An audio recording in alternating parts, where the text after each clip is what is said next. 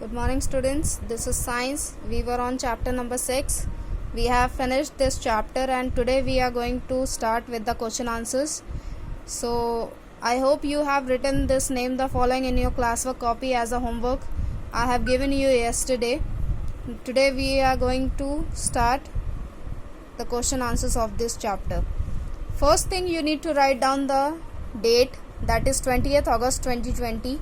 You need to write down the chapter name. If you have written earlier then you need not to write down. ठीक है, अगर पहले लिख चुके हो चैप्टर का नाम तो अभी लिखने की कोई ज़रूरत नहीं है, आप आगे कंटिन्यू कर सकते हैं.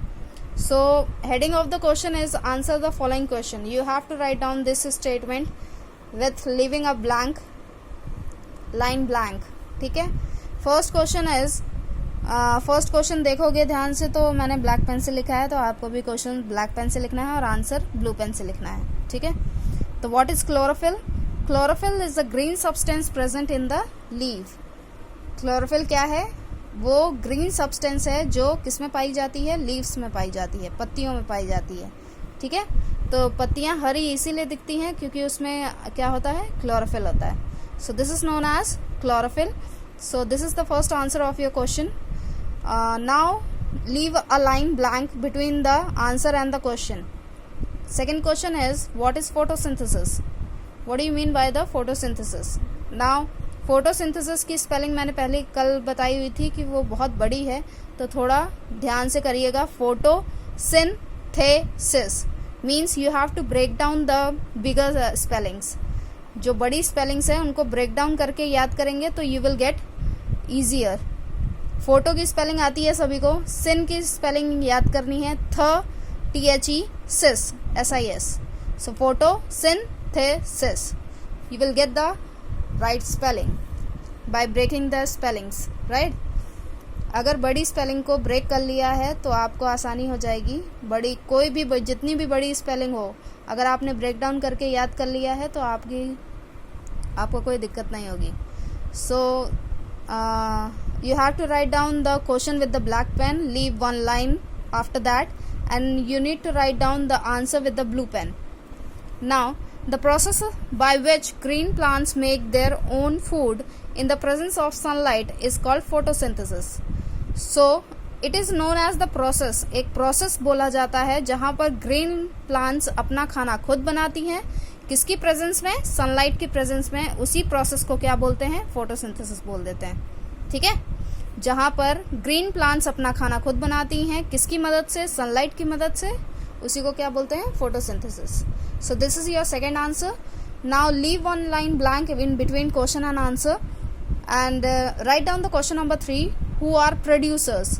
प्रोड्यूसर्स किसे बोला जाता है?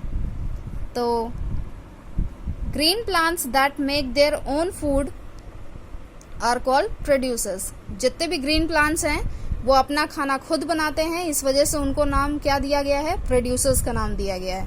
वो प्रोड्यूस कर रहे हैं. ठीक है, they are producing what? Food. क्या प्रोड्यूस करते हैं? खाना. ठीक है, तो इसीलिए उनको ग्रीन प्लांट्स को प्रोड्यूसर्स नाम दिया गया है. Now leave one line blank between the question and answer. Write down the fourth question. What are the functions of a leaf? Leaf के फंक्शंस क्या हैं? फंक्शंस मतलब वो काम क्या करते हैं. ठीक है, तो लीफ का काम करने का क्या वर्किंग क्या है उसकी?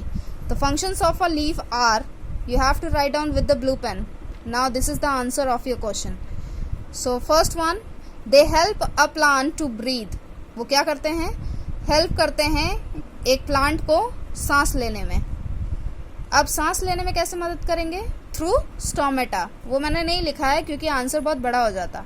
फिर मैं स्टोमेटा की वर्किंग बताती तो फिर वो एक्सचेंज ऑफ गैसेस वो सारा कुछ एक्सप्लेन करना पड़ जाता. तो एक शॉर्ट में ही लिख दिया है मैंने कि क्या लिखा है? They help a plant to breathe. वो क्या करते हैं? प्लांट को ब्रीथ करने में हेल्प करते हैं. अब ये तो पता ही है कि थ्रू स्टोमेटा. ठीक है, क्योंकि बाकी के आंसर में अभी वर्किंग दिखाया जाएगा तो उसमें स्टोमेटा की वर्किंग भी दिखा दी जाएगी. ठीक है, तो इसमें सिर्फ इतना ही करना है. They helps a plant to breathe. Second point is they make the food for a plant. क्या करते हैं? प्लांट के लिए खाना बनाते हैं. इनके सिर्फ दो काम हैं. लीफ का दो काम होता है, प्लांट को ब्रीथ करवाना और प्लांट के लिए खाना बनाना. क्लियर? तो this is your fourth question जिसमें 2 पॉइंट आपके आंसर हैं. Now this is a well label diagram of a leaf. Question number 5 में आपका draw a well label diagram of a leaf. इसमें आपको कोई आंसर नहीं लिखना है, ध्यान से समझ लीजिए. क्वेश्चन नंबर 5 में you need not to write down the any answer of the book. ठीक है, बुक से देखकर भी कोई आंसर मत लिखना शुरू कर देना, क्योंकि यहाँ पे क्या दिया है, ड्रॉ दिया है. You need to draw the diagram of the label diagram of a leaf. So come to the page number 48. In 48 you will get the diagram of a leaf. ये दिख रहा है पार्ट्स ऑफ लीफ. ये आपका answer number 5 है.